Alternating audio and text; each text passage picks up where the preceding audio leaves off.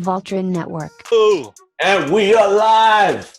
What's good, guys? Welcome back to Talking at the Movies. I'm Edry Santonio. and I'm Mo. Guys, we're back. Another week. How you been doing, Mo? It's episode 201, man. It's like the start of like a new sort of like season. new dawn, a new season, yeah. A new season that's exactly the same as what's come before. Back in our respective hovels. It's better just to stay put. Yeah, that's it. We should just live this way. This is our lives now. Robots can deliver our food, shopping. Nobody ever steps foot in the streets.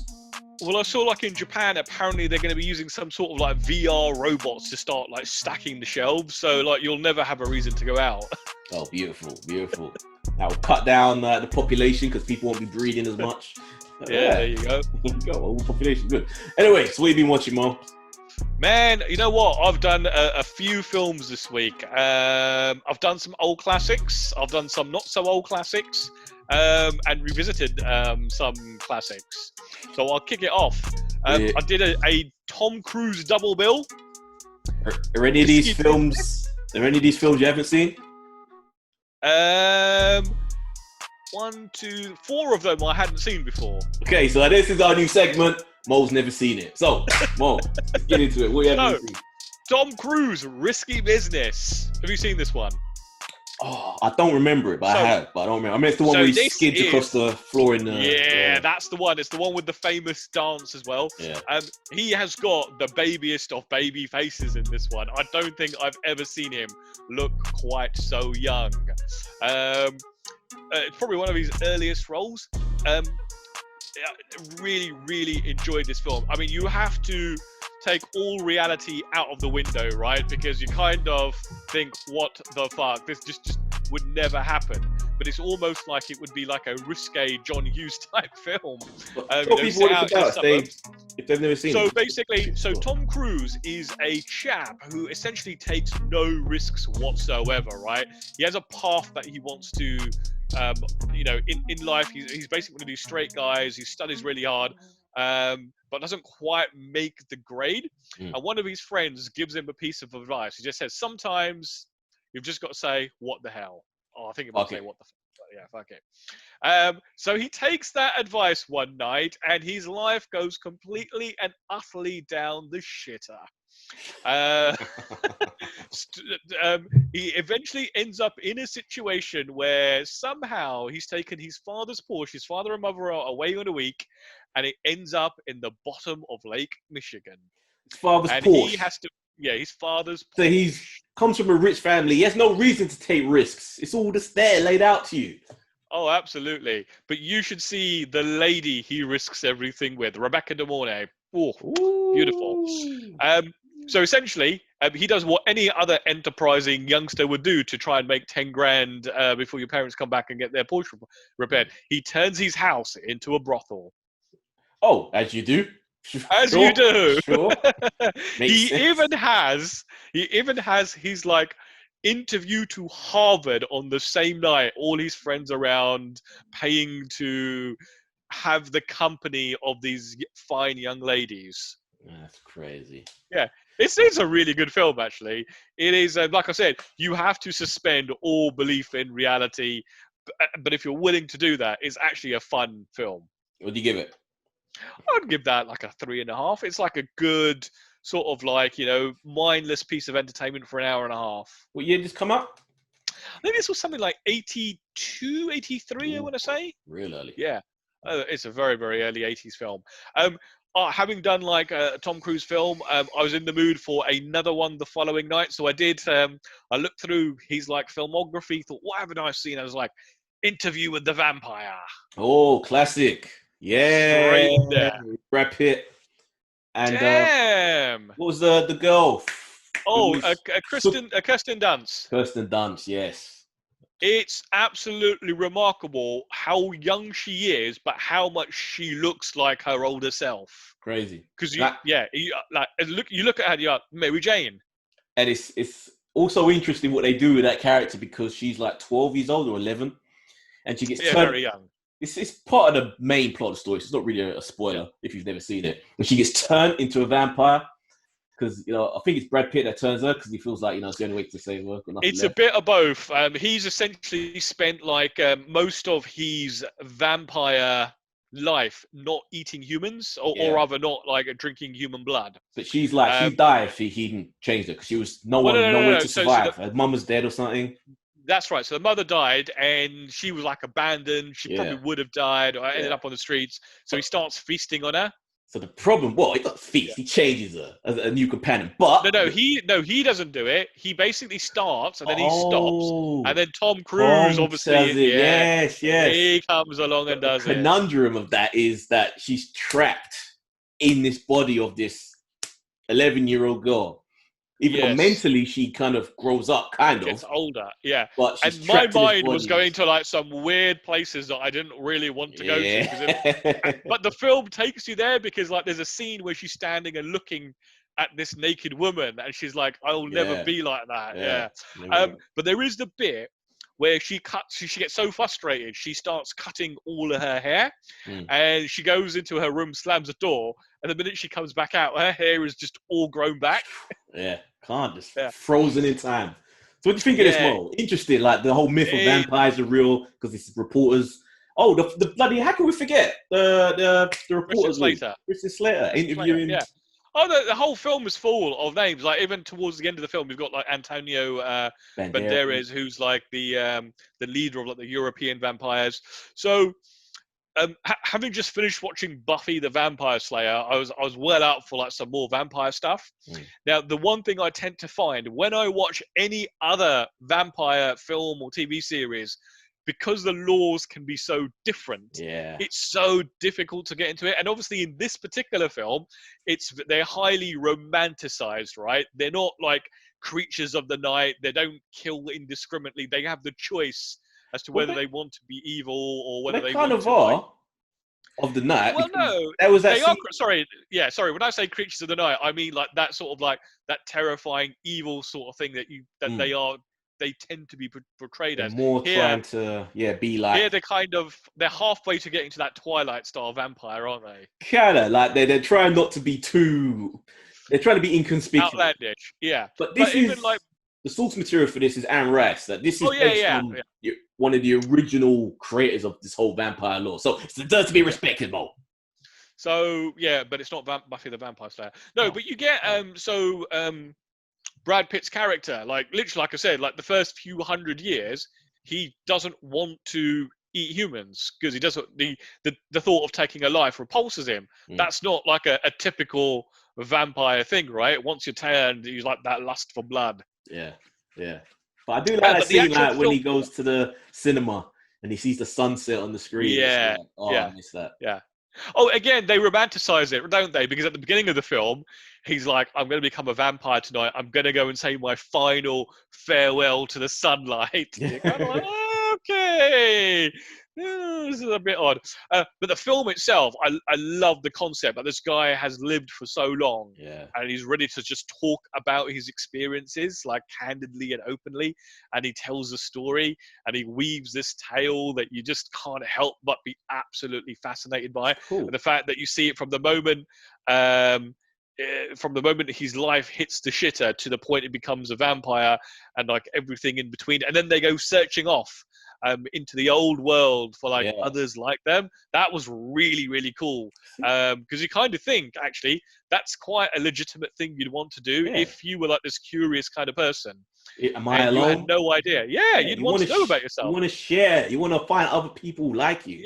Yeah. And he realizes that none of them really are because they don't have the morality that he seemed to have retained. Or the fact that they actually have laws amongst themselves, right? So if you kill another, that's punishable. You're not allowed to turn one who's so young because they'll be stuck like that forever. That's actually fantastic film. I don't know why I haven't seen this before. I know. I say that about every bloody film, but I've never. You were just too busy playing Street Fighter all those years. That's literally what kept you shielded. Very, very and true. How awesome was it seeing Tom Cruise not playing typical Tom Cruise? He's actually acting, legitimately acting in this.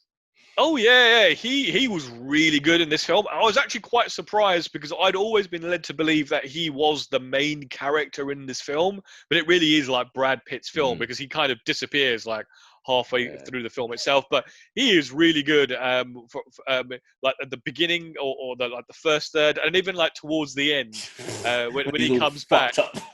Yeah, that's really odd. It almost feels like he never got over Brad Pitt leaving him. There's that, and he couldn't like that. That was another moral of this, or moral, but another issue of this. These vampires is that you need to be able to evolve with the times, and yes, and Tom Cruise couldn't. He was stuck in that like 1800s vampire. But you would think if like not 1700s. I think he was that older. Yeah. I think the film starts off in like 1725 or something, doesn't it? Well, you say that. You're about to say you would, but Mo, how much music, modern music now, which is pumped, do you still have any awareness of? Like but music's only one part of it, right? There is a big part of modern culture. Yeah, but I listen to like electronic music. I don't listen to all this like other popular stuff that people listen to, pop like culture, the Grande Arianas or whatever a bloody name is. You don't even. That's what I'm saying. These are people who aren't just music. It's no. That's modern. I mean, if you like that sort of stuff, but you don't even have to like it to know it. Like, do you know about the actress that's missing now? The chick from Glee. See, I've actually watched Glee. Okay, I'll give you that one. That's a like a topic that we may potentially cover. Not that it's on our topic list. Oh, that's pretty depressing. I don't see there's any good coming from. But I can see how once you get past 100 years, how you can just let go of just wanting to try and keep up with what's going on in the world. Just want to there's one there's keeping up with the world, but then there's just like being in the world and watching it progress, right? And the fact that you've been around for hundreds of years probably makes it easier to integrate, right? Because you're always aware things are changing, but you around it never change, right? But so it should be a lot easier to accept all of these things, because if you live forever, you don't want things to be the same all the time. I think you just lose perspective of what time is when you live that long. You just don't even grasp it, so you ignore things, and then next thing you know, it's a decade. Surely the modern world, in some ways, is probably bad for a vampire, but in other ways, it's really good because like the population is absolutely huge. People keep to themselves a lot more. So, if, like girls or whatever went missing, if you're picking your victims right, you may be just picking people who don't get missed. But CCTV camera, it makes it harder to kind of move around and not be seen. Well, they've only got as far as the 80s, right? So that wasn't really that big a thing as it is now. True. Yeah. But great phenomenal film. I was so happy when I went to look up on IMDb that there was a sequel, and then I started reading about the sequel, and my happiness face literally went from like an upside down smile, to a proper ups to up. You know what I'm saying? Yeah. They're be talking about remaking this. But because I think we don't need a remake. Maybe like a continuation of the story. Well, and Rass's books are old. They're very old, so they're ripe for being remade, man. All of them. No. All of these vampire stories. There is a blatant storyline that they could continue, right? Because obviously at the end, Tom Cruise comes back. He basically is back to his old self. So there is the whole relationship. Look, as good as Pitt and Tom do look, they don't look like how they look. Oh, yeah. I mean, okay, yeah. Oh, well, I mean, de-age them, man. De-age them. So what do you give it? I would give that a rock solid 4. I absolutely really, really enjoyed it. In fact, I know it's probably a completely different style of film, but that's really making me now want to watch Bram Stoker's Dracula. You've never seen that one, have you? I've never seen that one either. That's for next week. It's got to be done. Tune in, guys. I love that film. I love that film. Oh, is it that good? Because I saw I could nab it for 15 quid on 4K, and apparently the 4K transfer looks really nice. It's a classic. There are things that may make you chuckle, but in a good, it's still a great film. Come on, get it. It's worth it. Right, okay. I'll have to go and look, see if it's still going for that. Right. So, just moving on to some ones I probably won't spend as much time on as previously. So, Jawbreakers. I think I forgot to mention that when I actually did watch it.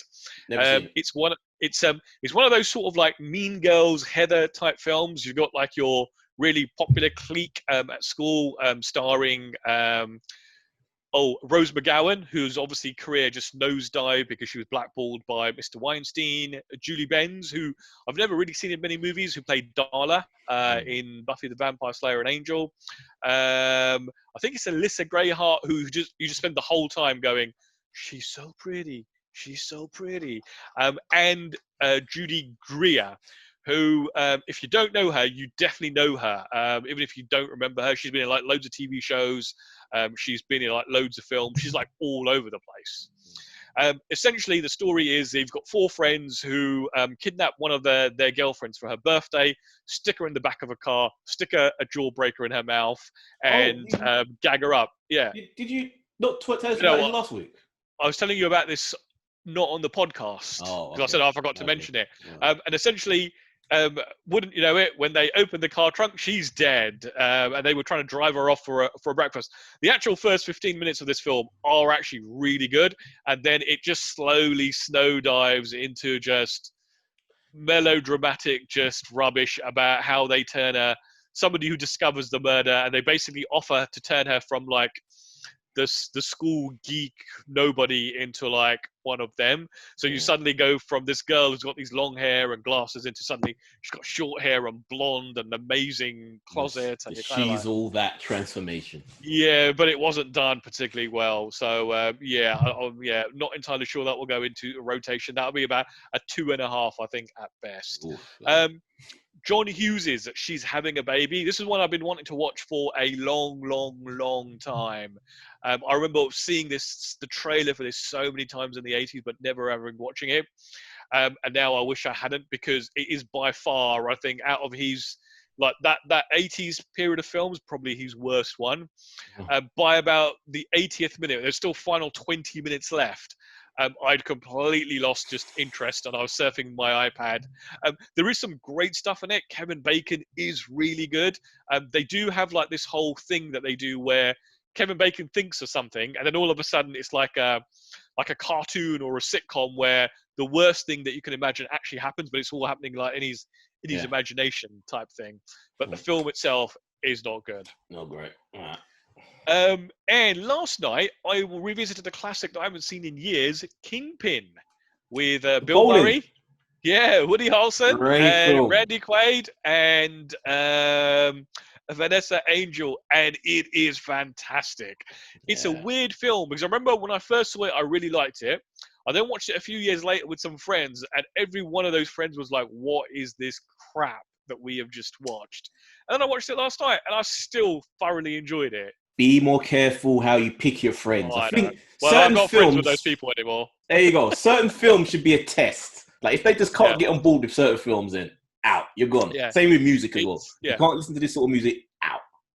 It's so unapologetically 90s, and it really is like a real trip down memory lane type thing. If you haven't seen this film and just want to see a good, wholesome comedy, it's great. Vanessa Angel is amazing in it.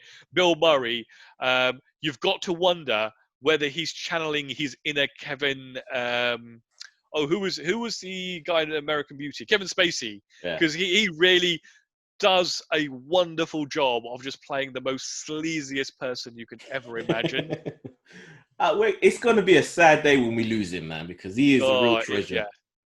He absolutely is. He is.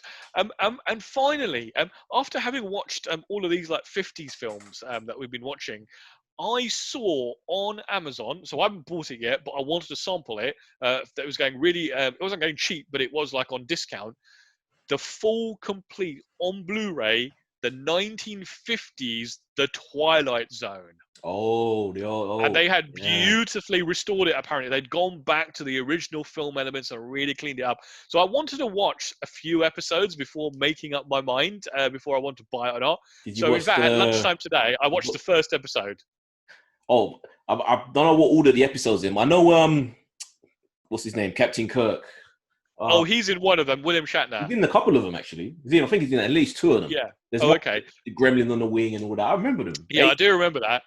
Yeah, so this first one is basically a guy who suddenly, he doesn't remember waking up, but he's just awake and he's walking, and he walks into a town and there are no people in the town. There is everything there, but there are no people. But he suddenly starts getting this feeling that he's being watched. And I love the idea that these are only 22 minutes long, right? So you literally, they don't drag out the episode. It's just wham, bam, thank you, ma'am. The pace is really nice. It looks really nice. And I've got a feeling I'm going to have a lot of fun with this show because like there's so many things you could cover. Yeah, the original Black Mirror. If you're unfamiliar with Twilight Zone, which, a lot of people probably ain't because it's damn old, 50s or 60s, whatever. Yeah, but there was like an 80s remake of the Twilight Zone as well. Even then, if you're born, dude, if you're in your 20s right now, Mo, you're born in 2000. Come on. But they are doing, so I know it's not available here, or it might be on some channel, but like CBS have got a Twilight Zone show. New one, yeah. I'm not sure how well that's done though. Did it right, I reckon. So they've just had their second season. Okay, not bad then. Yeah. But yeah, original Black Mirror, and that's the sort of mad dystopia, like the weird twist on sort of stories and. Yeah, the original Rod Sterling stuff. I probably will be watching this. I probably now will pick this up next payday because I think it's. I went and read some reviews. It seems to be like so highly rated. So many people call this like the greatest TV show ever made, and I can completely understand why. I think that sort of like that short format of these like one-off stories is probably what keeps it so fresh, even like so many years later. Did you say 4K? No. It's been restored from the original film element. So if you look at it, apart from the fact that it's in black and white, it looks, the quality like far surpasses like stuff that was probably made in the 80s and 90s because it was then transferred and edited on video.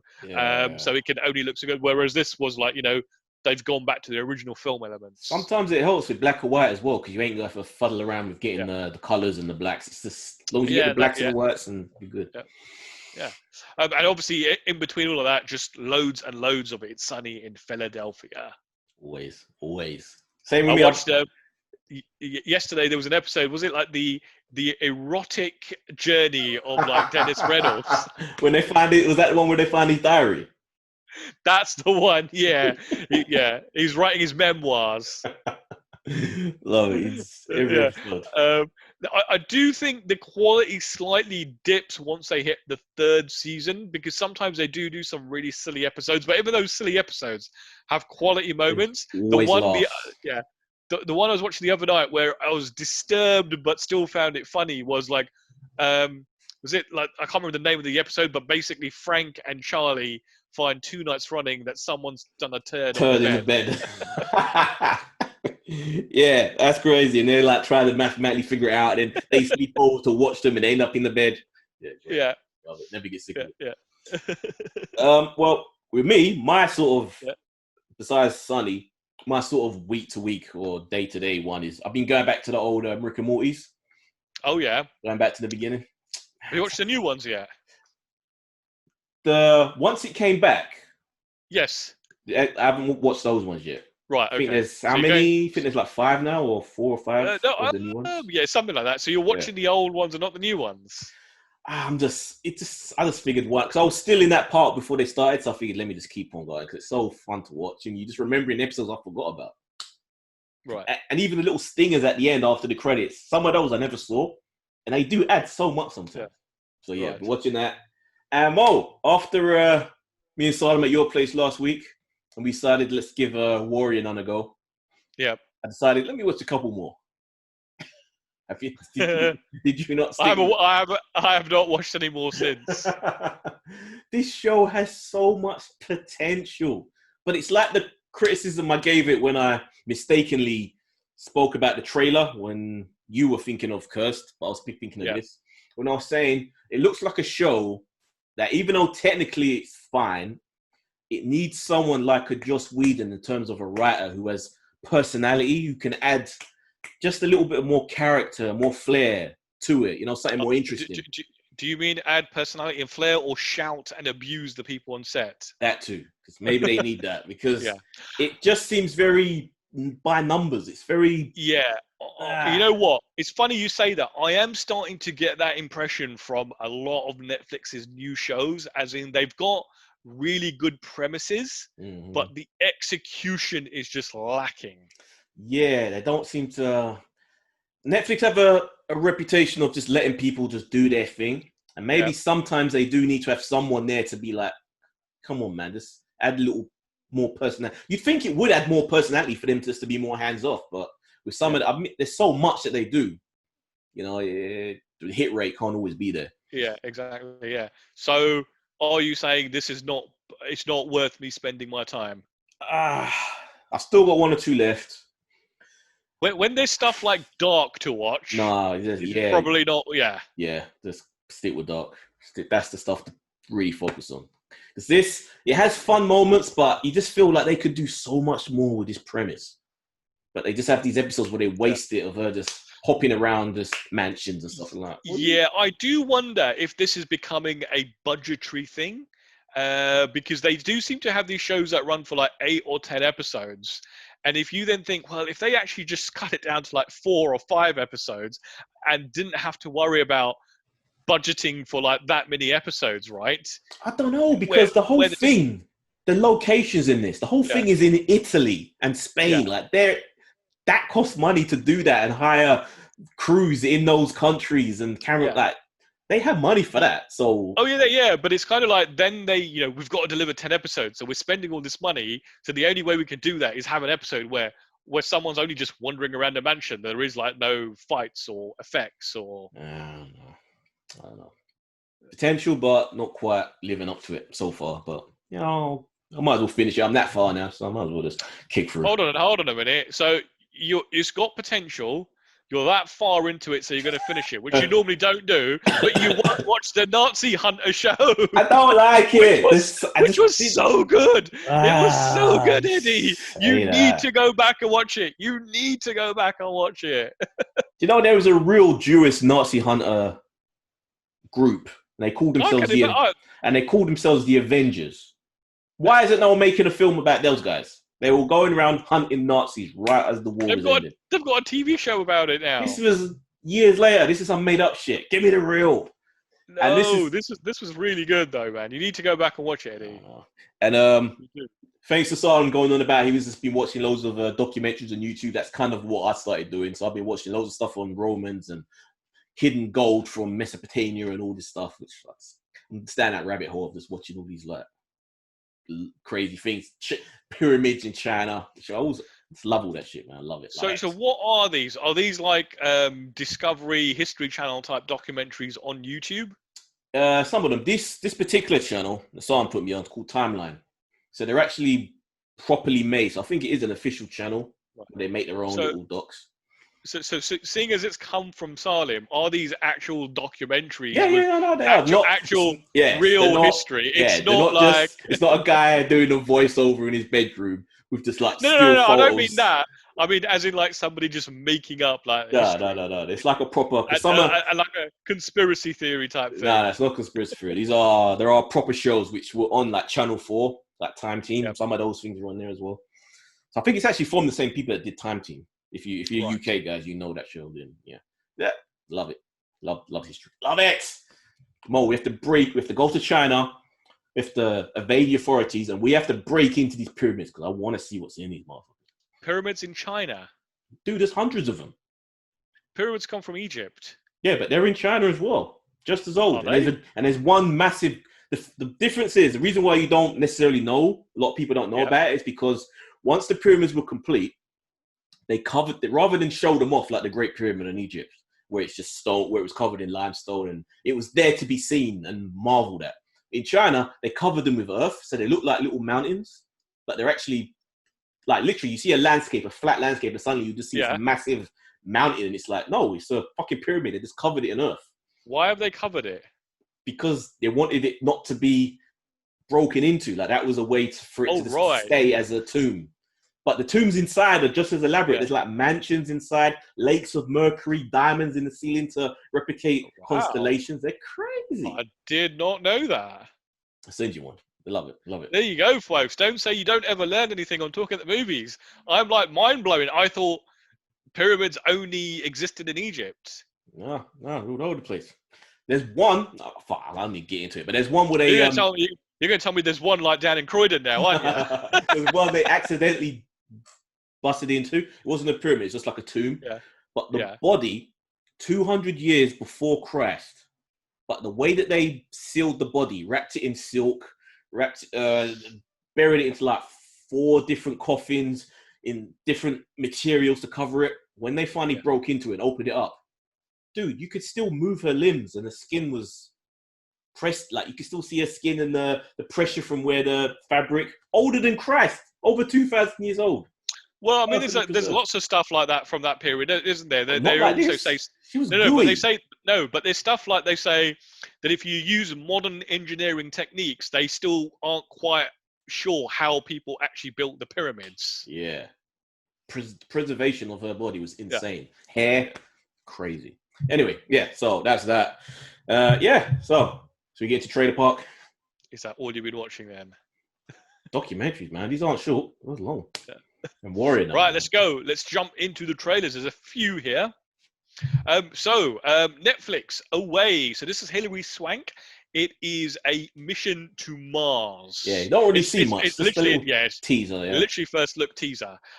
It's got that look again. I'm really worried that it's going to be an 8 or 10 episode run where only 4 episodes of real drama actually happen, and it's all about how they miss home and how it's difficult being in this little ship. I've really got a feeling it's going to be that. And they argue because they've been, cooped in with each other too long. Yeah. I mean, some people, like, if it was like Tarantino, Tarantino, if you put 4 people in a room, he could come up with like a great script of like how those people interact with each other. And that is a very, very difficult thing to do. I think the average writer probably can't. Yeah. We've then got Amazon are killing it with like the amount of trailers they're doing for The Boys, and it is still like 2 months away. But like every time I see one of these, I just like want to watch the second. I want it now. I want it now. This looks so good. This is like an actual proper trailer. Oh, crazy. I love it. Now that the actual boys, they're on the run. How the hell you run from superpowered, you can't even really call them superheroes, but how the hell do you stay on the run from Homelander? Like, surely... I've got to imagine Homelander doesn't really care about them, right? Because essentially because if you remember at the end of the first series, he's with Dr. McCoy, right? Carl Urban, and essentially answers the question that he's had during for the last however many years. But there are scenes in there where you see Homelander looking at footage of Carl Urban, and he don't look very happy. Like I definitely think they want to get their hands on these guys. So he's probably busy like doing all sorts of other like dodgy things. Yeah. However, that sort of situation when he meets the ex-wife and everything resolves itself, something definitely happens where they have to. Yeah. I'm looking forward to seeing that. It's going to be a great shame that obviously there's no Elizabeth Shue, because obviously her character did die at the end of the first season. So it'll be interesting to see how they keep Homelander in check, because obviously she was the only one. How's that character gonna? Because she looks like a problem. she don't seem to give a shit. She isn't starstruck by any of them. Yeah. Can't wait. Yeah, can't wait. A bit closer to before September, we've got the Umbrella Academy returning. Season 2. You should probably put this trailer before the Boys, because after watching the Boys trailer, then watching the Umbrella Season 2 Academy, I was like, meh. I don't care. I mean, I think that first season again suffered from the same thing we've just spoken about, as in there was some good stuff in there. I think the end of the season was pretty good, and obviously it sets up the second season. But there was a lot of meandering. Meandering is the word I'm looking for. It's that A-class writing, which sometimes, all too often, with some of the Netflix shows, seems to be missing. Yeah, and the vibe that I'm starting to get now that we're seeing trailers for things that are coming out like HBO Max and stuff, you're kind of looking, ooh, there's some good stuff going on over there. And talking of some good stuff going on over at HBO Max, Pickle, the American Pickle. Yeah. With the next trailer that we talk about, which looks really, really good. In fact, having watched Kingpin last night has really put me in the mood for that, because obviously there's that whole Amish thing happening in Kingpin. The premise, well, no, it's Jewish, isn't it? They're like traditional Jewish. Yeah, but it's a kind of same sort of thing, right? Oh, we're not allowed a Jewish person that you say that. But yeah, the premise, you've got, 100 years ago, the guy who makes pickles in a pickle factory, a new immigrant in New York, falls into a vat of pickles in front of everybody, but everyone seems to not really see him fall in. And for some reason, that vat of pickles never gets touched for 100 years. Never gets cleaned, never drained it to like clean it out or anything. And somehow the brine, which these pickles are in, is so whatever special recipe that's in there. It's the same thing that it must have been the same thing they preserved that mummy with. Yeah, it must be, because he's perfectly preserved. Somehow wakes up out of this pickle. And he realizes that everyone he knows is dead, obviously 100 years, but he has like a descendant, a great-great-grandson, which is Seth Rogen. Same actor, but a younger version, but he's a bit of a loser. And he decides to move in with him, and it just looks kind of fun. It does look very, very, especially like some of the dialogue between them, where they go like, you've got like no friends, you're not married, you're not doing great at your job, and you're kind of thinking, these are all modern things, aren't they, that everyone has to deal with. Yeah. Dude, if we were alive 100 years ago, we'd be married when like 15 with two kids. Probably, yeah. And you'd probably be happy, right? Because there weren't all these other distractions. And I do think to myself, what the fuck did people do day to day? Like, they had their newspaper that filled maybe 30 minutes. Yeah. No, that's why they had lots of kids, right? Because essentially you were busy like all the time. You didn't have time to sit down and watch TV. There was no TV to sit down and watch. Cleaning the house. Yeah, it may take you all day to cook the dinner. If you lived on a farm, that's probably the best thing to do, because you are literally busy from the moment you wake up till you go to bed. Occupied. Absolutely. Yep. And that's why you had loads of kids, right? Because it would fill the time and you'd have a big family. And secondly, obviously, medical science wasn't great. So if you had like 10 kids and 5 died, you still got like another 5. Yeah. and I know I joke about that, but that is one of the reasons people had large families, right? Because not everyone was guaranteed to survive into adulthood. True. Very true. Yeah. Right. Now, the next trailer, I know is a year old, but somehow it has completely escaped us. Yeah, what the I saw it more than like November 2018 this came out. Yeah. This is why I messaged you to say I'm adding this, because I watched it and I was like, this actually looks pretty good. This looked amazing. I'm like, I want to watch this. How have I not heard about this? And by the guys that made Deadpool as well, I'm thinking, oh yes, you can see the energy there as well. Wayne. So obviously people saw it though. Original. Because the trailer had like 13 million views, and I think the first episode had like 35 million views. So people have seen it. So how the hell is this? We just completely missed this. This is a problem with all of these fucking channels. There's too much out there. I was just going to quickly look up the IMDb rating, because I think the IMDb rating is actually pretty good as well. Yeah, we have to go back to 5 channels. That's it. That should be the maximum amount of channels. That way we can all watch everything together. 8.4. Sounds good. I'm watching. You know when something is over an 8 or above, it's actually really good. I'm watching it. Definitely. Yeah, I will be watching that as well. So in fact, instead of watching Warrior Nun, I'm going to start that this weekend. I think I might actually join you on that one. Yeah, looks crazy though, right? And again, this was the problem with YouTube Originals, YouTube Red, or whatever. It's just no one cared about it. Yeah. Somehow they managed to get through with Cobra Kai, but that was it. But Cobra Kai had like this huge history behind it, right? Something that just dropped in the last couple of hours, Radioactive on Amazon Prime. Now, this might not be your type of film. Oh, I'm there. Miri Curry, I know about the story. Yeah. What she invented ended up killing her. Oh, really? Is radium, that what actually ended up? Yeah, the poisoning from radium.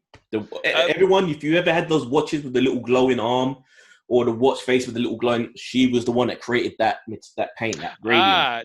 Did she didn't, it's an element she discovered, right? I think that's the... But you see her playing with it. You see her playing with it in the bed, the glowing... But in the film, in the trailer, somebody obviously slaps her saying, like, you've invented the poison or something. Yeah, because it is poisonous. But she didn't know that at the time, and that's what ended up killing her. But she also had benefits from it because it also the other part of that research helps with medicine and all of that. So yeah. Looks like a really good film actually, because it's covering a lot of stuff around like the early beginnings of like actual science, right? And really at the beginning of the trailer, she even states that they're in a period where real science is being destroyed by people who believe the Earth is flat. Yeah, and they don't want to give her a dues because she was a woman. Yeah. And they wanted to give all the credit to her husband. But in the end, she wins out. First woman to win a Nobel Prize. Really looking forward to watching that actually, because I don't know if you've ever seen like The Theory of Everything. That was like a really good one about Stephen Hawking. Yeah, that's true. Yeah. I've added a bonus trailer here. It's not an actual film trailer, Eddie, but I just thought we, every now and then we do a little bit about games, and I thought I saw this morning. I was like, hell, we've got to talk about this. So this is a really weird one. A trailer suddenly appeared for a Nintendo Switch game today called Don't Get Caught. Guys, it's basically a game where you're trying to masturbate and not get caught. How the hell? So I'm guessing you have to... For one, Nintendo never let games like this get like, what? I'm guessing you just have to shake around the friggin' Joy-Con. I'd imagine the Joy-Con. The Joy-Con. Exactly. What the fuck? Literally before the show started, I saw a statement saying that this game was being pulled from the Nintendo eShop. Oh, there we go. Yeah. So it makes you wonder how this ever got through the review process, right? Because you can't just release a game on these platforms. You have to hand it over for a review, and you got to meet certain guidelines, and you kind of how that actually slipped through the cracks, I have no idea. But literally, the trailer is you're sitting in the back of a cab, and you've got like it's a first person point of view, and you literally see a guy wearing like a yellow glove or something, literally going like this. It will be on Steam. Give it. Oh yeah. Turn up on PlayStation, Steam, or whatever. Yeah, but just so bizarre. If you guys haven't seen it, I'll see if I can add a link on Twitter because it's just crazy. I'll cut in the video. They can see it. It's just it's just crazy. Yeah, cool. Right, should we boot through? I thought there wasn't going to be a lot to discuss, but we've got a packed agenda here. Right, so obviously remakes, reimaginings, reboots, it's all happening now. And considering all the other things that are happening in the world right now, ABC, who I think where Modern Family was, so that came to an end last season, obviously looking for the next big thing, looking at what's happening in world events, are planning to reboot The Wonder Years with a black family, and they are apparently looking to set this in the sort of like the 60s and the 70s when the original show was set. Same period. Apparently, Fred Savage is going to be involved in this somehow. Oh right, okay. So Fred Savage, if you ever watch a lot of It's Sunny, have you ever noticed the amount of episodes he directs of that show? So that might be what his involvement is as a director. So that his involvement could be good because if he does a lot of Sunny, if he can bring some of that sensibilities, which obviously not really sure they can, but I don't know, because these type of comedies I'm kind of past, because I like the Always Sunny, the Rick and Morty's, I like stuff that has edge to it. He's sort of Mandarin, going through your day. I'm kind of bored, but also I can't really see myself getting excited to watch this. I still like watching those types of things, and I probably will go back and watch The Wonder Years. And I do remember I'm trying to think, maybe it's been about 15 years, I think, since I watched the whole show, because it was on like one of the, I think ITV or something. I remember I used to DVR it every day and watch it, and I still enjoyed it. But I'm going to say it's probably going to be like the what's the Sheldon show? I think it's just Young Sheldon. Young Sheldon, it's going to be. That's basically what it's going to be like. Well, actually. The very first thing that came to mind was like, haven't they already done this before? Because do you remember Everyone Hates Chris? Chris, that was in the 80s also. If you add certain unique things from the 60s, and if it's a black family, that will add certain. But if you keep it as a comedy, I don't know how they can address some of those social issues. I think you can still make some of that stuff funny if you make it from like the perspective of like of a black family just trying to make it. I think there is, but if you remember, The Wonder Years it's not like an out and out sitcom. It was I guess a dramedy, because it could also be very, very serious. Yeah, Yeah. I can't really say I'm that into these sort of shows anymore, but I, could be good. I would say for me, I would be definitely interested in checking it out. Especially now that you say that it will have the involvement of like, somebody like Fred Savage. One that I think you might potentially be excited about. So Will Farrell is going to be playing a movie, playing for HBO, a corrupt soccer mogul. So if you guys don't know what the word soccer is, it's like the it's the European, or sorry, it's the non-American version of football. They play soccer in high. That's the bizarre thing that I don't get sometimes with America. They don't like football, soccer, but they all play it in school, and they're all in soccer teams. But then they stop playing it by the time they get hit high school. Yeah, they all play it in school. I don't know if they all play it in school. In middle school, they all play it. I'm telling you, they do. So, do you remember from a few years ago there was that huge FIFA scandal? Yeah. Where like the FBI of all organizations, a country that doesn't even care about football, cracked this massive corruption scandal, which potentially brought down the whole of FIFA's hierarchy, right? All of the management team had to go. So I can't imagine the craziness of watching Will Farrell play a sleazy guy who's probably bribing his way up the organization, making all these weird and wacky deals. This sounds like it's going to be fantastic. And it's on HBO as well, so you know that there's going to be better quality control because, from last week, I didn't review it on the show, but I watched his Eurovision film on Netflix. Very disappointed. And I don't know whether it's because of the team that they had around it. Yeah. I always enjoy watching Will Ferrell, but I just didn't find it funny for the most part. It was just really dry. But this sounds like it could be a lot better. Yeah. I've heard that the Eurovision one the people reckon it was just too long. Like there are some funny things in it, and it probably just needs trimming by about 20-25 minutes. Right, yeah. So, next story. Disney executives say that the time is right for Tron 3, and they have a great script. So the very first thing I would need to ask is, what the fuck happened to Tron 2? Or is that the remake? That is a remake. Well, it wasn't a remake. It was a sequel because it was the son of the guy from the 80s one. Right. I'll probably need to go back and rewatch this because I remember watching half of it and then never really wanting to finish the other half. I think we actually watched some of it while we were at your house, and you just weren't interested. I think you were just starting to fall asleep. That sounds quite likely. Yeah. I think there is good stuff in was it Tron Legacy? Was it? Something like that. Something like that. Yeah, there was like visually stunning. The world was just incredible what they created. Yeah. And one of the few films, I think it was one of the first films after Avatar that legit was worth the 3D. If you got to see it in 3D, definitely was beautiful. But it was just a bit cold in terms of the story because the director, it was one of those. Always a thing when you have like a commercial director, guy who does like ads, and they make that transition to film. They don't always have that narrative, making characters that you kind of care about and connect with. That's the problem he had. But potential, it was. I'm actually into this. Get a different director, but one that's still just as visual, and this could be great. So do they actually say what the great idea is for the script? Well, in the end of the second one, the son gets out of the computer world, but he brings. That was the thing. There was this new. They evolved. The computer programs evolved within the program, and he managed to bring one across into the real world. I forget how they explained it, but that was what happened. So you've now got a video game character running around the real world.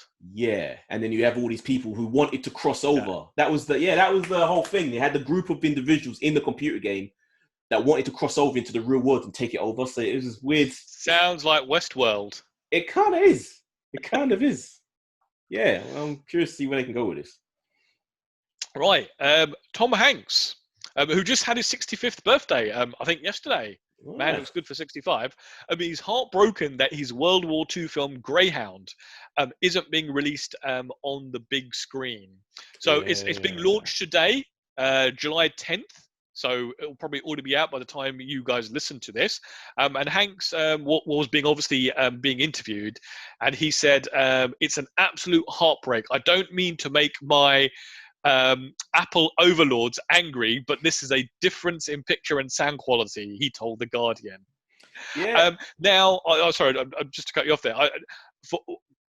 On the one part, I was thinking, well, what the fuck do you care? You're getting paid loads of money for it. You'll move on to the next project. But that's your answer to everything. No. If they get paid, who should care? Yeah. But apparently he has been involved with this project for 10 years, which then makes me kind of think, okay, actually, this is probably like a passion project for him. Yeah, a lot of people care about the art. It's an art form, and a lot of people, not everybody, if you're Michael Bay, don't give a shit, but a lot of people care about the art they're making. And if you see the trailer for this, it is a war movie. It's something which has scale. It's about these ships and the battles on the ocean. Like this is something that I think would benefit from the big screen. If it was like a small little character thing of a relationship in a marriage, then yeah, it wouldn't really matter. But I do wonder the fact that the studio wasn't keen to hang on to this for a cinema release and sold it to Apple for I think 70 million. To make it an exclusive for their service makes me wonder what the quality of this movie is. It's possible, but they're also possible that they just panicked because of the whole COVID thing. Yeah, better to get some cash up front than no cash later on. Yeah, it's true. I'll give it a look. I could download it. I ain't getting Apple Plus. I think I've still got like 4 months left on my like 1 year. I might actually watch something finally on it. Right. So this next one, I had to read the article I think 2 times to kind of understand what's going on here. So Paris Jackson, daughter of the late Michael Jackson, plays a lesbian Jesus in a new film titled Habit with Bella Thorne. I don't actually. I think the headline is actually incorrect, right? She doesn't actually play a lesbian Jesus. She's got something which I don't even want to go and Google because I'm terrified of what I'll see. But apparently, she has a Jesus fetish. Bella Thorne apparently has a Jesus fetish. That character, but I'm not sure how Paris figures into that. Whether she meets Paris and then projects Jesus onto her, or whether this Paris really does think she like who the fuck knows what this is about? Like how this is even getting released, I don't know. But I'm kind of happy it is because you should. It isn't. So it isn't at the moment because apparently there's no distributor. Yeah, it hasn't got a distributor. Yeah. But VODH, man, it will find it. Someone will put it up. VODH. Someone will it will definitely come out. But I still don't understand what they mean by that she's a lesbian Jesus. I do think that there's going to be a really loose term to this, and they're using that to hype up the film to try and get a distributor. Because the minute, regardless of whether it's bad publicity, right, we're talking about it, and people will be talking about this film now, and people will want to see it because of that. That's true, but there's also the possibility that you want to make good on your promise. You don't want to disappoint the audience, so you want to really. Once they've got your money, they don't care. Movie producers have been disappointing audiences for decades. Movies like this rely on word of mouth. You get your first bunch of audiences, and if they don't like it, they can destroy a movie. You need them to keep telling people to go watch it and recommend it, and that's how these small films get their money back. Yeah, that used to be the case. Now you've got Netflix, you've got Amazon. They'll pick it up, they'll stream it. But it could be, I don't know, man. Like, it could be interesting. She's got, not saying that she looks like Jesus, obviously not, but she has that sort of look of that Western depiction of. You know what? I don't think I'd ever really seen a recent picture of her. Obviously, I just really wasn't interested in Michael Jackson's children because, they're not Michael Jackson. This is the thing. I'm not interested either, but I've been very much aware of the life that she's led since. Depressions, self-harm, I literally do not care. Why would you? Why do you have to know about this stuff? I literally do not care about that osmosis. You just soak it in. You stumble across it. It's just there in the world. I don't know how you avoid this stuff. It's a sickness of this world that people have to know the every ins and outs of other people's businesses. People they don't even know. I don't watch the Kardashians. I have no way. I don't follow any of them on social media. I bet you can tell me everything. I bet you could name them all. Single name. Go on, do it. Name all the Kardashians. No, I'm not gonna destroy them that way. But It's true, I could. And I could name I you don't know one. why. Kim Kardashian, and I know she's married to that idiot. That's the future president. No, God. He ain't even filed for paperwork Could you yet. imagine Kim Kardashian being the first lady? Oh my God. Apparently, he hasn't even filed for paperwork, so it's just some stupid tweet. It's just a stupid. The Apparently, guy's he's lunatic. apparently he's got a load of money. You know that they're doing all that stimulus stuff. Apparently, his company has got loads of like emergency like funds. Is that why the Forbes reported that he's a billionaire now? Potentially. And he corrected them. He corrected them and said, actually, free. So because of his Yeezys and his clothing brand, the guy's worth like fucking $3 billion. Yes, ridiculous. Pathetic, be an arsehole, people. That's how you get ahead in life. Or be a lesbian Jesus and you're all over the press.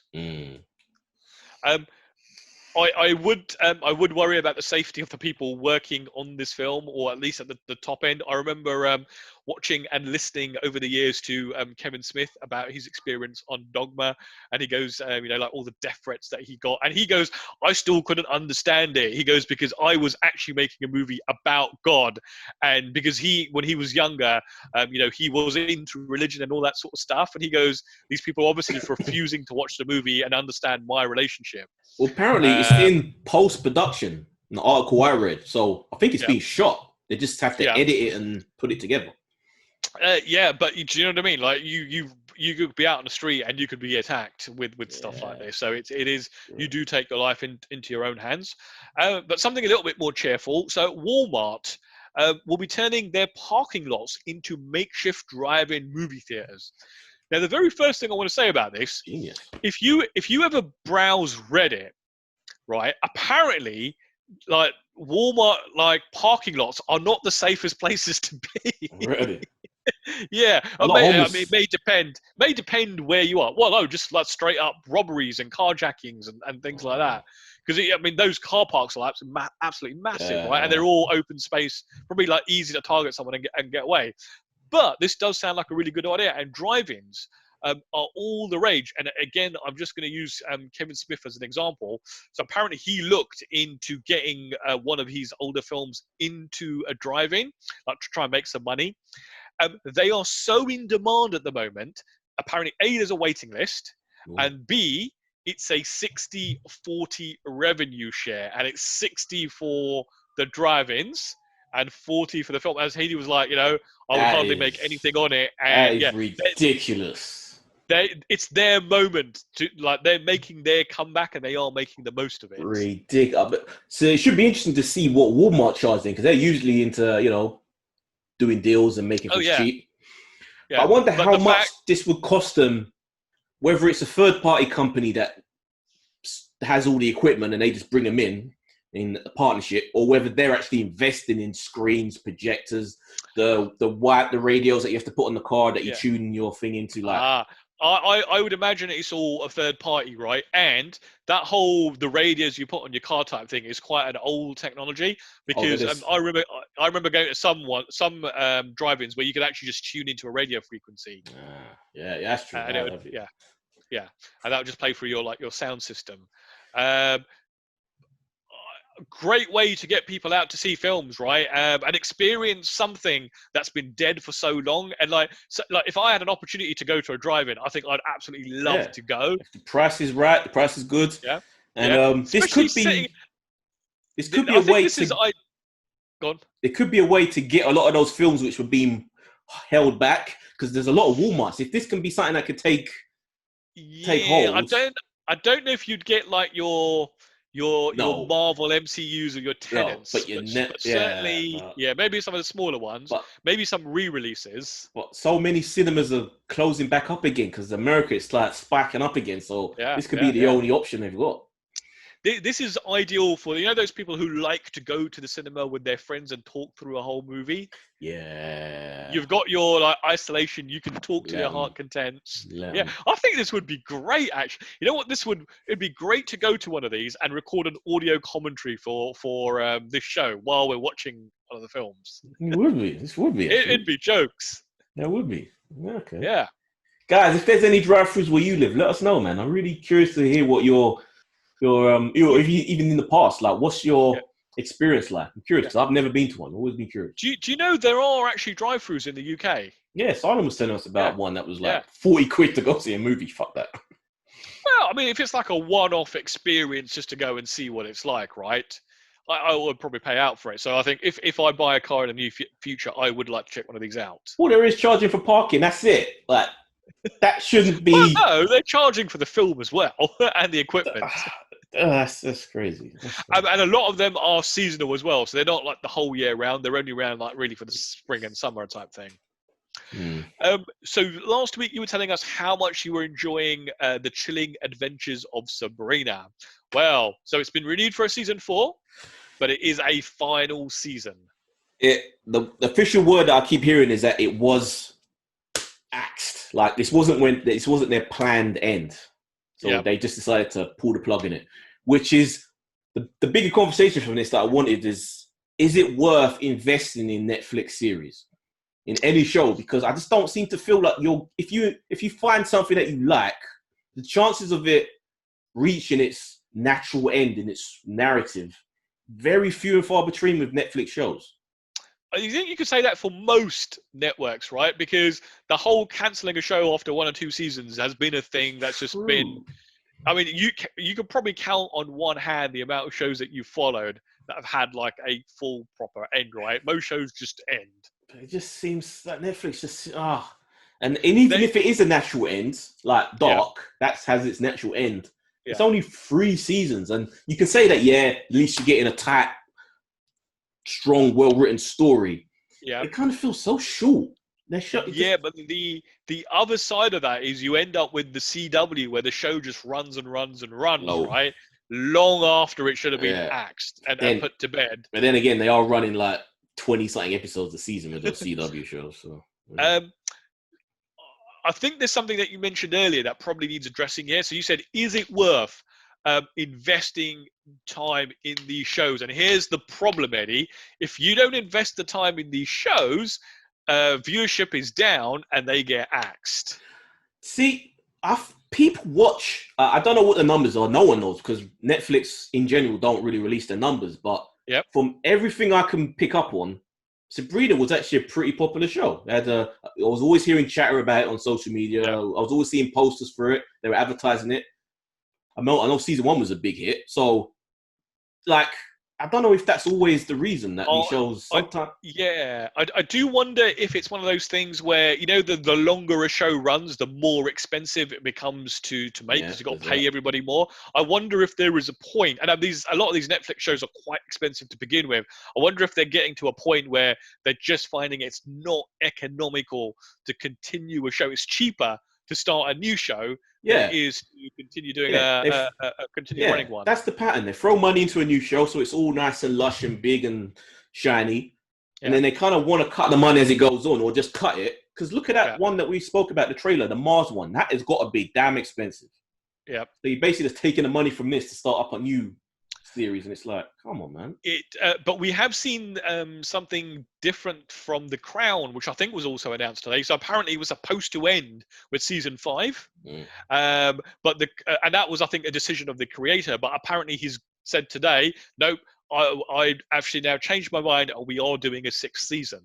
Yeah, The Crown, I think, that's a little different in that has legitimately been a bit of a phenomenon. Like, I think that is a massive show. Yeah, I've never seen it. I've always meant to kind of sit down and watch it, but because we grow up here in this country, you kind of get as much as you can freaking take of the royal family. You don't really want to go out your way and watch another show about it. But I don't know. I'm just bummed. I really enjoy Sabrina.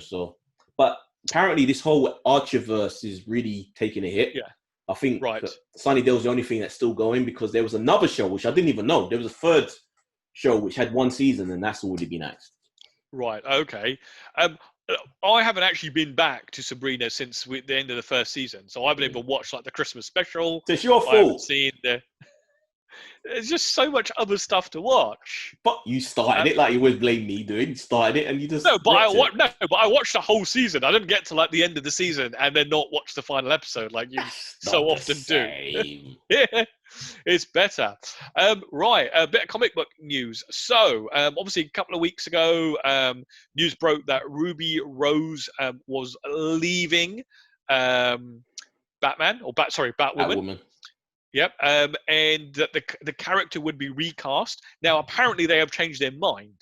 The character won't be recast, but they're introducing a new character. Yeah, new character. And they have now announced the actress that will be coming on to headline the show. And apparently, she stars in a show called God Friended Me. She's a co-star on that, and I'm going to try to pronounce the name without butchering it. Javika Leslie. Yeah. Black folk love mashed up names. So she gave a statement to say that she this is how little I knew about the first series and how much attention I paid to Ruby Rose, right? She goes like, I'm extremely proud to be the first black actress to play the iconic role of Batwoman on television. And as a bisexual woman, I'm honored to join this groundbreaking show, which has been such a trailblazer for the LGBTQ plus community. And my first thought was, hold on, isn't Ruby Rose black? That's how little attention I've had. I have to go and look up a picture. You watched the first episode of Batwoman. How do you not? And that's how much I blocked it out of my mind. But then I remember, no, actually, it was the LGBTQ stuff that they were really pushing. She was when she joined the cast. Yeah. Yeah, I don't think it will make a difference because it's a bad show and it will continue to be bad. But and I think you're right there. I don't think Ruby Rose was particularly the problem, although she did come across a little bit stiff. The show just was not good, right? No. I think that whole Berlanti universe needs a change of like the people at the top to inject some new, fresh energy. Berlanti universe needs to get rid of Berlanti. That's basically what it needs. I think people hold him in quite high esteem, and I think he's. There are more shows being greenlit where he's the showrunner, right? Because he makes TV with like $100 budget. Like I just don't know how he makes superhero shows like that. It's ridiculous. Well, that's what you do. You make 22 episodes, and then 12 of those are some girl or some guy pining because like they can't get the person that they're supposed to be with, and yeah. Oh, boo. Matt Reeves is developing a Batman series for HBO set in the Gotham City Police Department. I've been pushing this. I spoke about it on this podcast, and I really got deep onto it months ago, and also got deep onto it on the DC versus Marvel podcast. That this was my concept of what they should do.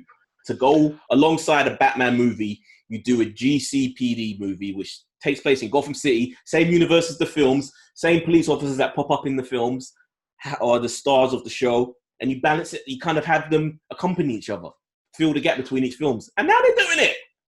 Are you sure that this is not already a comic? Because I can't imagine that they haven't covered this angle in like the 60 or 70 odd years that they've been Batman comics. They probably are, but they've never been that long ongoing, and there was never any talk about doing it live action, and I was saying that's what they should do, and now they're fucking doing it with Matt Reeves. So hold on, so before the show started you were saying that they've stolen your idea, so now you're saying... I still take credit.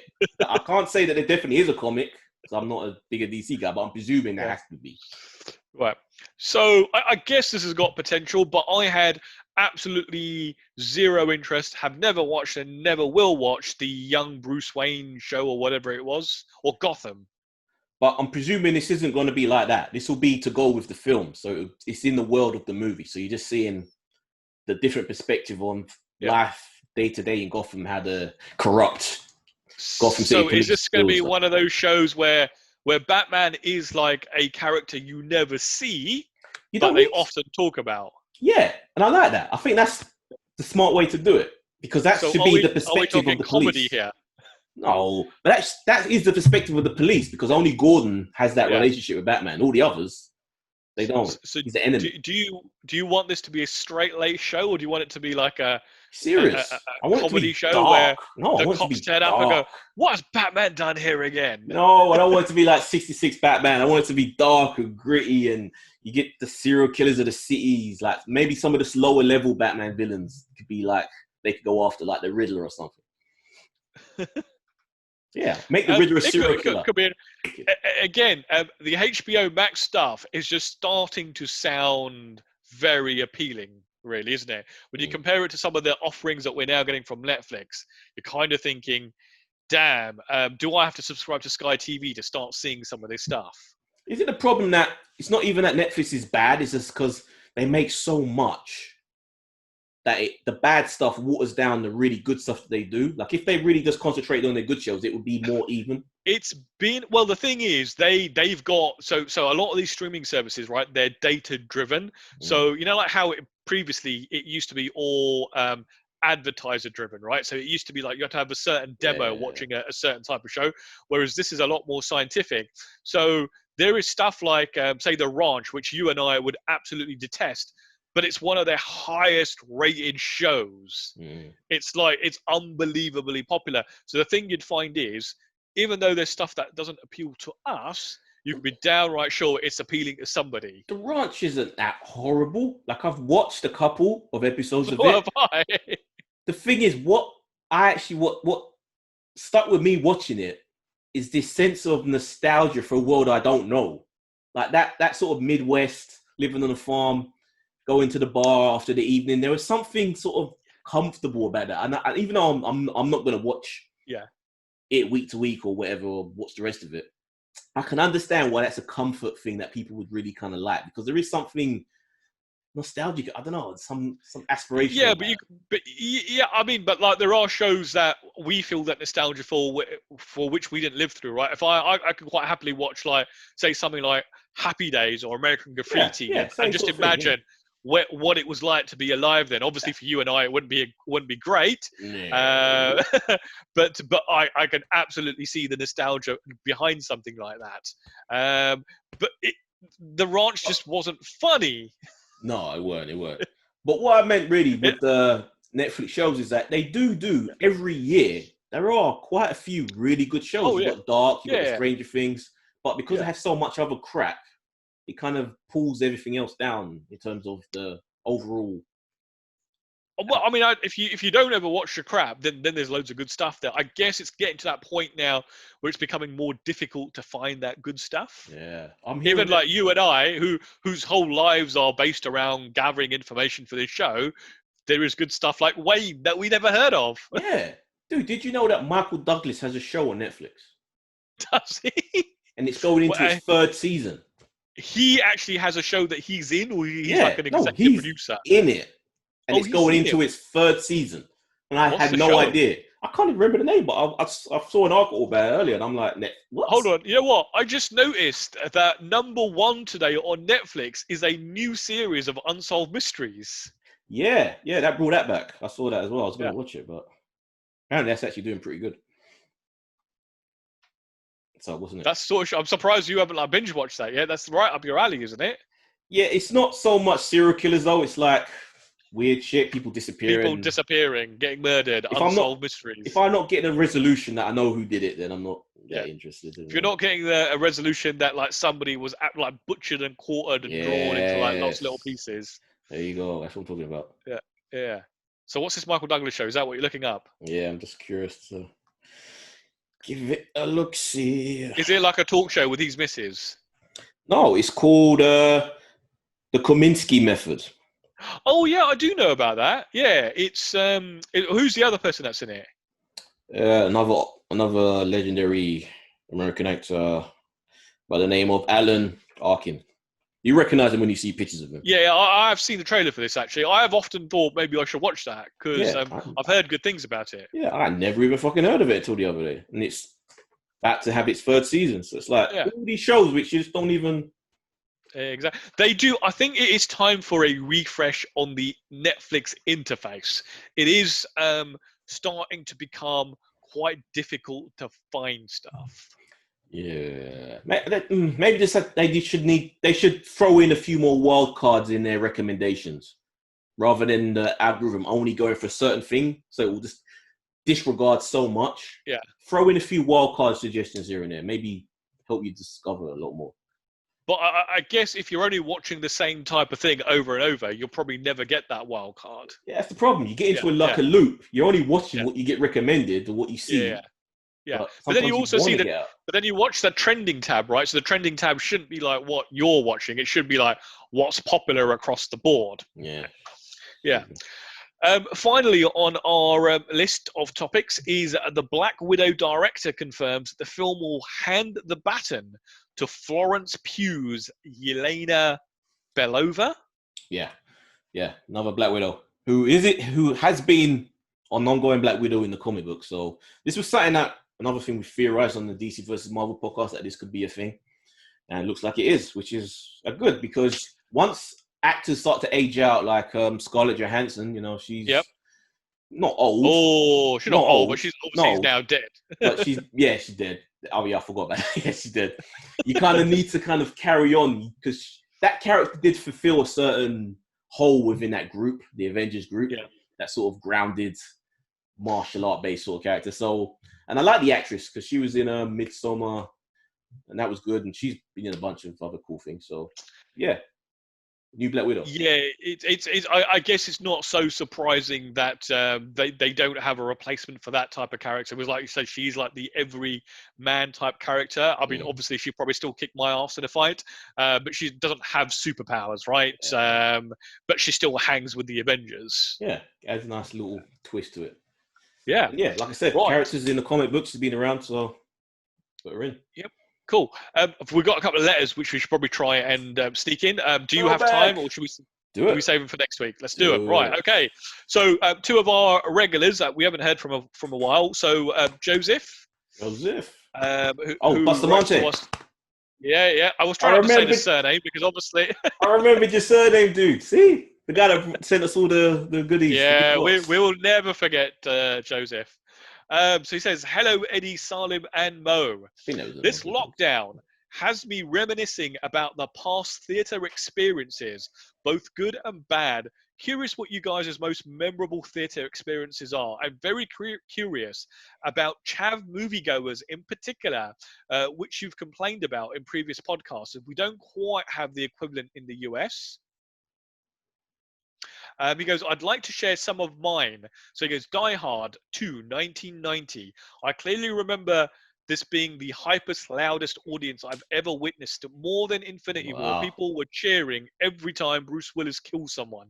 And then they were jumping out of their seats when he yelled, Yippee-ki-yay, motherfucker. Lethal Weapon 3, 1992. I was incredibly sick from food poisoning and vomited during the scenes where Mel Gibson is eating dog biscuits. The people sitting in front of me switched seats as the vomit ran down the aisle. Oh, jeez. Oh, so you were the chav in that instance. Oh, dear. My cousins were so embarrassed and took me home right away. If that had been Salim, he would have just abandoned us there. He would have just I'm going home. Didn't you have a box of popcorn you could have thrown up in? That would have soaked all up. To this day, I've never seen Lethal Weapon 3 all the way through, only catching bits and pieces. You're not alone.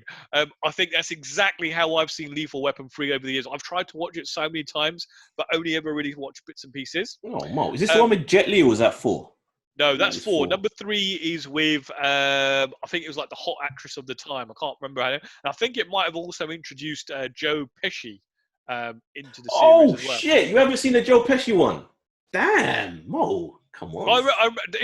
He talks about I remember there's a scene where he goes, you never order at the drive-thru because you get screwed at the drive-thru. I don't remember that. Is that film? I don't remember that, man. Yeah, no, I'm pretty sure that's Lethal Weapon. Could be. Attack of the Clones 2002. The audience gradually went from cheering the movie to groaning and heckling the movie as it went on. One guy kept shouting, show your lightsaber during the Padme and Anakin scene. Never witnessed an audience turn on a movie like that.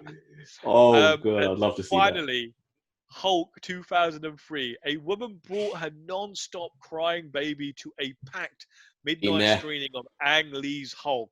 She refused to leave despite people in the audience complaining to her. Eventually, she left in protest, yelling something like, "Don't tell my baby to shut up." Anyway, stay safe, Joe in Cali. I've been there. I can't remember the film I was watching because that's how distracted I was by this woman with her baby. Why you would bring a baby to a cinema, I have no idea. I have been very lucky in a lot of my movie-going experiences. I've never really had any issues. Obviously, the last 10 odd years, I normally go like on a Friday when no one's there. But even when I've been to a busy, maybe I tune people out. I know you get really annoyed. I know I've been with you at the cinema where you literally will start shouting at people who I thought may not have actually been talking. Please shut up. They do. That's the only time I've ever seen you go from like this really mild-mannered young man that you are to like somebody who might punch another human being. That's the only place I actually have gotten physical with people. It's in cinemas. I don't know why. I think this is why lockdown has been pretty good for me because I am hypersensitive to what happens around me. Yeah. So I like the peace of just being here alone because when I just notice if someone's playing on their phone, whatever hours I can see it, the light is in my eye, people talking, I just hear it all. See, I'm really good at just blocking out things. So people do stuff like that. It really doesn't bother me because once I get into the zone, unless somebody's like really shouting and screaming or standing up or like kicking or just doing something really obnoxious, I'm able to tune them out. The only one that there's two incidences I can think of. When I went to see Aquaman, the cinema was quite empty, but I'm one of these people where I choose my seat, and that's the seat I will sit in. Because I hate it when people like choose a seat and then go and sit other places. And there was one guy that I had to get past to get to my seat, and he wouldn't stand up. And he got really annoyed that I was trying to squeeze by. He goes, "This whole cinema's empty. What are you doing?" And I go, "That's my seat." And he was like, "Why?" Jesus and Christ. I just looked at him and just went like that and walked off. And the other one was, I remember it was Van Helsing, and the couple behind me would not stop talking, right? And it's the only time I've ever turned around and told people, "Can you be quiet? I haven't paid to listen to you talk." And as these guys almost looked as though they were fearful from their lives. You guys know what I look like. I do not look like a scary guy. But as I turned back to watch the film, I suddenly realized the people behind me could have been anyone. It could have been a massive guy who could have just literally just smashed me in the face. See, you think in your mind that you were just nice and polite, but maybe your eyes were just bulging and the veins. Oh no, I remember having that crazy look on my face. Be quiet. Yeah. Did not hear a peep from them after that. Yeah, I just can't. I love it. But I do miss cinemas though. I do want to go back for this opportunity when they're finally open. I know if you hang around forums a lot, it almost seems like maybe outside of London, it is the Wild West, and you do get a lot of like people who literally go to cinemas to do nothing but talk. Maybe like where I live, cinema tickets are so expensive that you don't really want to like buy a ticket and go in there. That's the secret. You go to if you're willing to swallow the cost, you go to a nice sort of swanky cinema early in the day.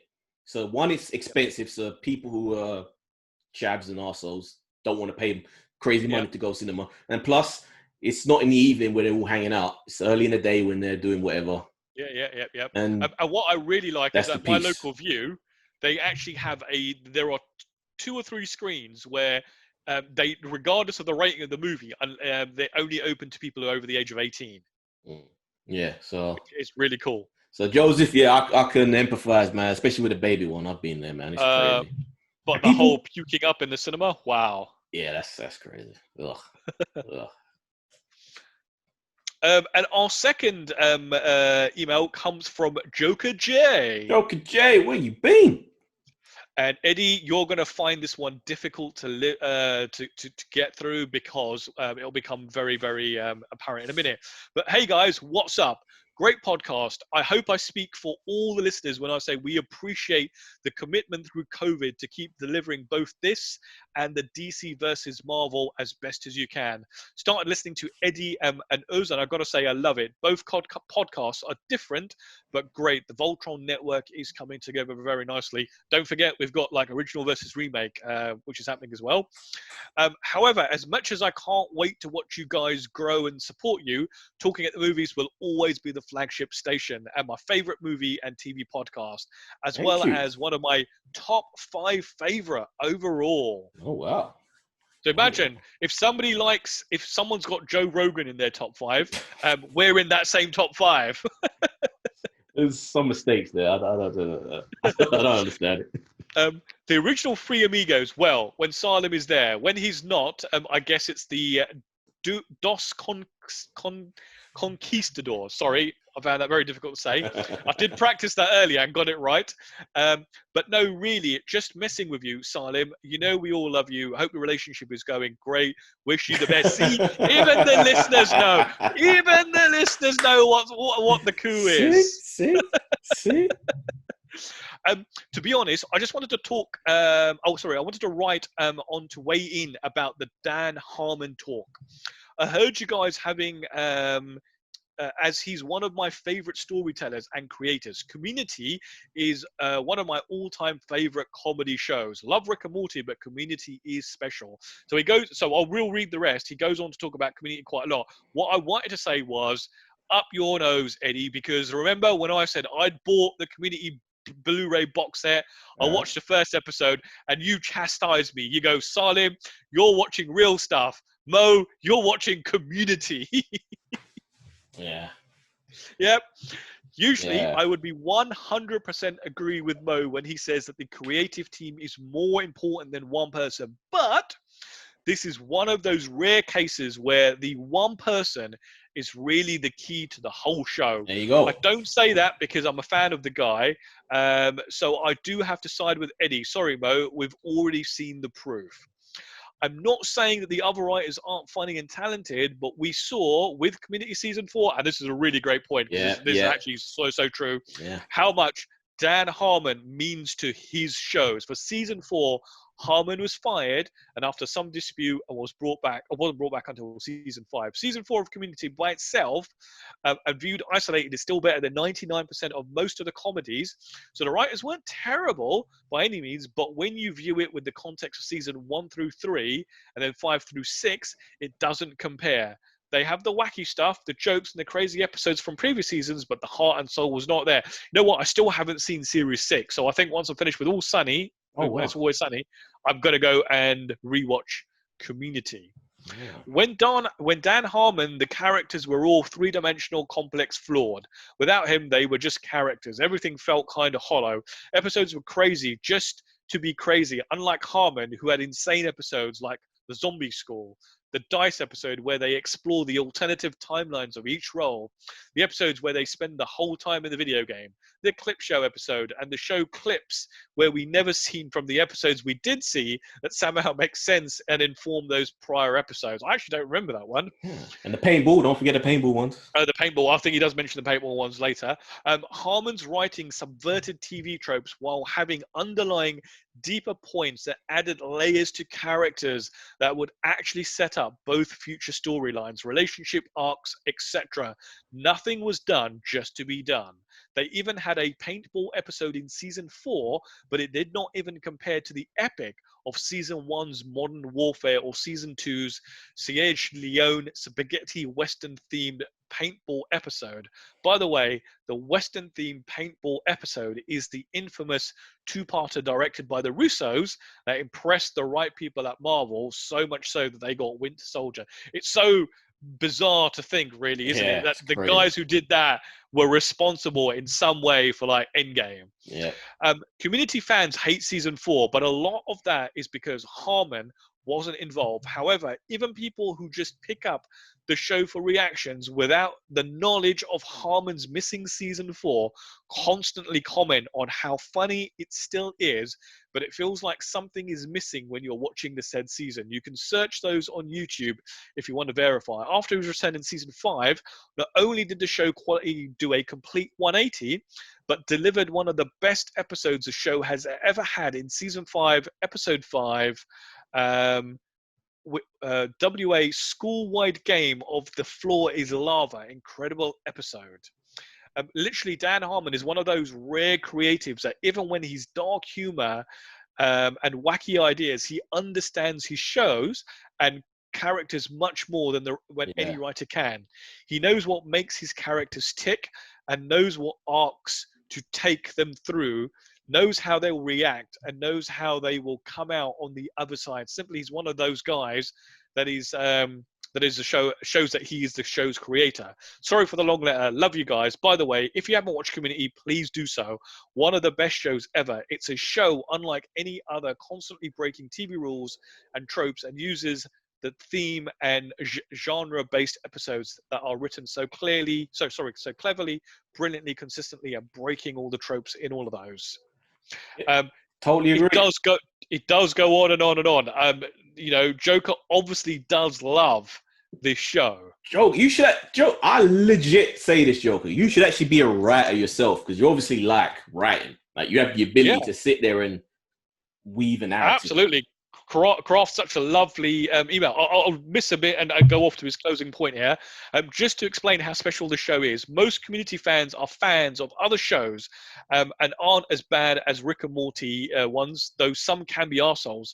Either way, people in the Community fandom love Brooklyn Nine-Nine, 30 Rock, Office, American Dad, all that stuff. But the famous saying after watching the show is, I miss Community, not in the same way I do 30 Rock or the other great comedies, but I like do friends and loved ones that are no longer around. And I was saying the same thing with like Buffy, right?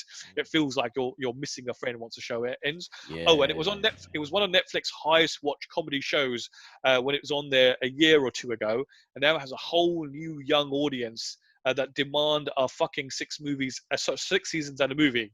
Hope you had fun reading this, Mo. Sorry, I'll try and keep them short next time. Love you guys, Joker J.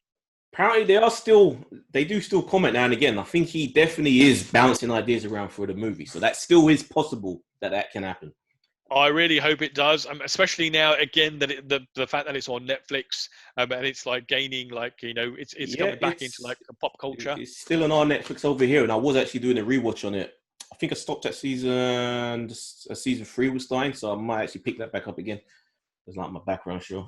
Yep, and I bought that on Blu-ray because in fact, I think one of the episodes has actually been pulled. I don't know whether it's been pulled globally or in some places, but that show was going to be primed for something like that. Damn, that's ridiculous. So damn ridiculous.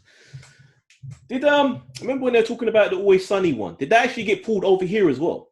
Was it just what? I haven't actually had a look. So it's a season 6 episode. D. Reynolds or Sweet D shapes the youth of America.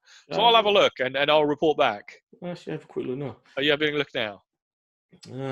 Speak about yourself, Mo. What games are you looking forward to?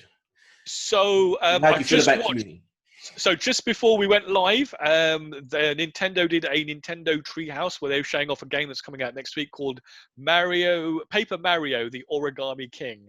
I'm not entirely sure it's my style of game because it's more of a RPG style game rather than like a platformer, but it does look very, very nice. But the battle system just looks insane. Apparently, this week a survey went out to a load of people from some research company trying to gauge people's reactions to like a PlayStation 5 price. So some people in the emails that were sent or the surveys that were sent had the PlayStation 5 discless as low as $299 and the disc one as $399. Yeah. So potentially they are now thinking that the PlayStation 5 might be cheaper than we expect. Wow. What season was this for? We're supposed to look at? So I think it's season 6. D. Reynolds shaping the youth of America or the minds of America or something like that. 6. Definitely season 6. It's definitely season 6. That's the one where she's pregnant, isn't it? Yeah, I'd completely forgotten about that because I was ripping season 6 last night. So it's definitely that season. Yeah, then it's not on here. Hold on, I shall tell you in 1 second. Give me one moment. Youngest new member, Charlie King of the Rats. Always Sunny. So how many episodes in that season? 12. That's about right, because I think there's 13. Oh no, there's supposed to be 13, right? Because there's one bonus one, which is the Christmas one. So have a look. Number 9, D. Reynolds, Shaping America's Youth. In between, the gang meets a new member. The gang gets a new member, and Charlie Kelly, the King of Rats. Season 6. Season 6. No, what I'm getting for season 6, episode 9 is Charlie Kelly, King of the Rats. Yep. So they have pulled it. So number 9 would be Shaping D. Reynolds, Shaping America's Youth. So you'd have the gang gets a new member. Yeah. Then you would have D. Reynolds, Shaping America's Youth, and then you would have Charlie. So it has been pulled. Bastards. And not only has it been pulled, but they renumbered it as well. Yeah. Fuckers. Anything we'd notice. See what you're doing. There you go. This is why something like this should be in everyone's homes. Yep. It's if people don't know what things, these are Blu-rays. They're discs. You put in like a CD type player. They play you your content back. So thank you for that, Joker J. Definitely agree. Kind of making me want to watch Community again. Actually, I think I was already heading that direction because I think I'm going through an Alison Brie thing. I just need to watch it. Oh, she is lovely. It's a great show. I haven't watched it in many, many years. I haven't seen it since the original run. I did not get round to seeing season 6 because I think it was one of those weird things. It was on Yahoo. And it was just like a whole weird thing about it. But like I said, last year I bought the Blu-ray box set. It was going cheap. I just wanted it in my collection because I do enjoy the show. Yeah. So, if the frigging PlayStation is that cheap, I'm definitely getting one. But I'd be surprised if it really is going that low, though, man. So I think some of the expectation is that apparently this is a very special year, right? Nothing about it is normal. And if you try and launch a device onto the market that's really expensive, it's just not going to sell, right? You know, you've got high unemployment. Yeah. You're probably going to get a lot more people over the next few months losing like their jobs. There's going to be a lot of uncertainty. If you can lower the price, more people will buy it. And the bigger the user base is, the more games you will sell, right? So historically, manufacturers like Microsoft, Sega, and Sony, not Nintendo. Nintendo do not do this. They sell their hardware at a loss and make up that on selling games. Whereas Nintendo, they won't sell any of their hardware at a loss. The price you are paying, there is no loss for them. Yeah, but they don't make their hardware super high end, so it ends up being that expensive anyway. Yes. It's always a little bit. People say that. People will bitch and moan that the Switch is too expensive for what it is. True. Oh, so I guess that's it. Oh, how can they get in contact with us if they want to do so again? Folks, if you want to email us, we've just had some great emails today, folks, so don't be shy. If you're a long-time listener, send us an email. You know, we really, really like that to get something from a new person. Or if you haven't written to us for a while, please do so. You can get in contact with us at tatmpodcast@gmail.com. If you're the social media type people, you can tweet us at Talking Movies 3, or if you want to follow us on Instagram, where it's mostly just pictures of like new discs that I've bought, it's Talking at the Movies. And I've bought so many, but I haven't actually been posting them, so I should probably get around to doing that. You're gonna need to get a new cabinet, Mo. I will. Well, you saw what I did last week, where I've rearranged some of the stuff. So I think I've made a room for. I think I can probably stash about another 100, 120 onto that if I reconfigure it. Yeah, you still got CDs on the other side, innit? So you can get rid of it. Yeah, I have. Yes. Yeah. Anyway, so guys, don't forget, if you're only listening to this the audio version, then go to YouTube, check out the Voltron Network, 2 separate words, and you can see hideous faces. See why people throw potatoes at us when we walk the streets. And if you've only seen the video of this, then check us out on all podcasting platforms. Listen to Talking About Movies. Listen to our original versus remake. Oh, what film are we doing this week? Because I forgot. So we are doing Evil Dead, the original Evil Dead, and we are doing the remake. Yes. And I've just noticed on Netflix, maybe the show after, I've just noticed for some reason, such an old film is trending at number 4, but it's the remake of Vacation. Oh, is it? Yeah, so they got like National Lampoon's Vacation. Yeah, maybe that's one we should think about. Yeah, that'd be a good one. So so Evil Dead original versus remake, probably Monday or something. We'll do that. Yeah, probably shortly. And if you haven't checked it out, guys, we just did do The Thing versus The Thing versus The Thing. Yes. It's a good one. They're good films. You should really check them out, guys. Really good. If you've never seen them, give them a look. DC vs. Marvel podcast, Wrestling Ruckus, all those, both of them at work. Check it out. So from me, Reese. See you, folks. What's your name? My name. I forgot my name. Mo. Whoa. I'm from Mo. Later. Next week, guys. See you.